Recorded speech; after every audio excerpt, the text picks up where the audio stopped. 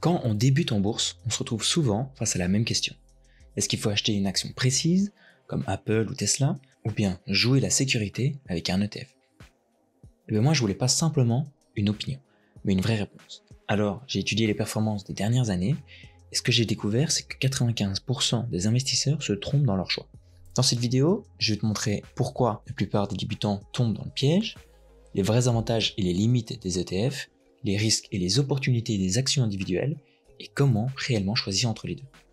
Donc à la fin de cette vidéo, tu vas savoir exactement quelle stratégie adopter pour commencer sereinement en bourse sans perdre des années à tâtonner. Et crois-moi, je comprends ce dilemme, parce que quand j'ai commencé à investir, j'ai voulu tenter les deux. J'ai acheté des actions individuelles et mes premiers ETF. Mais le problème, c'est qu'avec mes actions individuelles, j'étais obsédé. Je regardais le cours tous les jours et au moindre mouvement de marché, je stressais. Et avec les premiers ETF, c'était exactement l'inverse. C'était quand même assez rassurant, mais j'avais l'impression d'être dilué et de ne rien savoir contrôler. Donc le résultat, c'est que j'étais frustré dans les deux cas. Et c'est là que j'ai compris une chose essentielle. Le vrai problème, c'est pas de choisir entre les actions ou les ETF, c'est de savoir quelle stratégie correspond à mon profil. Et pour comprendre tout ça, il faut regarder ce que les chiffres disent et aussi ce que nous cache notre propre psychologie d'investisseur. En fait, si la plupart des investisseurs débutants se trompent, c'est pas forcément à cause des outils, mais c'est à cause de leur propre cerveau. Et que les débutants tombent souvent dans des pièges qui tuent leur rendement. Et le premier piège, c'est évidemment l'excès de confiance. On va prendre un peu l'exemple que des conducteurs, enfin des gens qui ont le permis, 70% des gens pensent conduire mieux que la moyenne, ce qui est mathématiquement impossible. Et en bourse, c'est à peu près pareil. Il y a beaucoup de personnes qui croient qu'ils vont battre le marché facilement. Résultat, ils prennent beaucoup trop de risques et finissent par tout perdre. Le deuxième piège, c'est le biais de disponibilité. C'est qu'on va investir en fait dans ce qu'on connaît. Et dans notre vie de tous les jours, on voit souvent Apple, Tesla, Amazon. Sauf qu'en faisant ça, on construit un portefeuille hyper concentré. Souvent sur un seul gros secteur. Et le dernier, c'est un des plus connus, c'est évidemment le FOMO, c'est la peur de rater une opportunité. Et ça, malheureusement, c'est quand même assez amplifié par les réseaux sociaux qui vont pousser à acheter quand tout le monde en parle.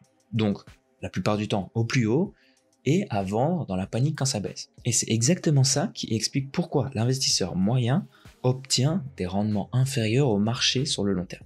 Parce que si on regarde les chiffres, on va prendre le rendement du S&P 500 au cours des dernières années, on peut voir que sur un an, le S&P 500 a fait 16%, sur 3 ans, 20% en moyenne par an, et sur 5 ans, 15% en moyenne par an. Donc c'est assez élevé, c'est beaucoup plus haut que la moyenne, mais quand on compare en fait avec la moyenne des investisseurs, enfin l'investisseur moyen, il obtient beaucoup moins que ça. Pourquoi? Parce qu'il va acheter et vendre au mauvais moment, et souvent sous l'influence des émotions. Et après, on peut prendre aussi une statistique, en tout cas qui est assez intéressante, c'est que on va prendre le Russell 3000, du coup c'est 3000 entreprises américaines, et quand on regarde, 64% des actions présentes dans le Russell 3000 sous-performent le marché. Et quand on prend l'indice, c'est 25% des actions qui sont responsables de la hausse du marché. Donc en gros, ça veut dire que si tu fais du stock picking et que tu choisis les mauvaises actions, tu vas d'office sous-performer à coup sûr. Alors qu'est-ce qu'il faut vraiment choisir? Le conseil, c'est évidemment de ne pas commencer avec du stock picking. Quand tu débutes, en tout cas en bourse, il faut que tu comprennes un peu comment les marchés fonctionnent, etc. Mais d'un autre côté, je pense qu'il ne faut pas non plus diaboliser le stock picking. Je pense que si tu as des convictions fortes sur une entreprise, tu as une expertise un peu sectorielle, ou simplement tu as une envie en fait d'investir selon tes valeurs, rien t'empêche d'y consacrer une petite partie de ton portefeuille. Mais attention, tu as quand même 5 gros éléments qui sont importants quand tu vas faire du stock picking. Et la première, c'est évidemment une discipline de faire. Ensuite, le deuxième, ça va être avoir quand même une expertise vérifiable. Le troisième, c'est d'avoir du temps, parce que ça va quand même prendre du temps, en tout cas, d'analyser en tout cas les actions. Puis le quatrième, ça c'est toujours intéressant, c'est d'avoir un capital suffisant. Et ensuite, avoir une psychologie d'acier, ça rejoint le premier point d'avoir une discipline, mais c'est de comprendre un peu les biais cognitifs et de savoir qu'il ne faut pas juste acheter quand tout monte et vendre quand tout baisse. Et du coup, sans ces 5 éléments, pour moi, ça va être dur de bien performer avec du stock picking.